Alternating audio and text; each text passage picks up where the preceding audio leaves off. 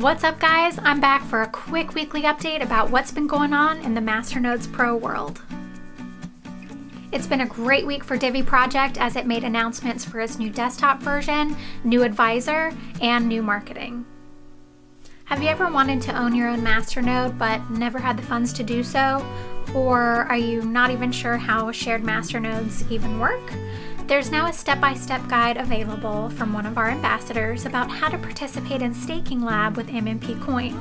It gives users the ability who can't acquire a full masternode to be able to buy a percentage. Follow the link in the description below for how to get started. After a year and a half since this project started, becoming the first and one of the leading masternode sites available, we have a new website that's in its final stages of development thanks to all the hard work from our MMP team and all the great feedback from the community. If you haven't already, check out our news article on our website. It gives you a look behind the scenes and all the features that you can expect from our new website. Link is in the description below if you want to check it out. We are now over halfway through in this current bounty with only 4 out of the 10 masternodes left.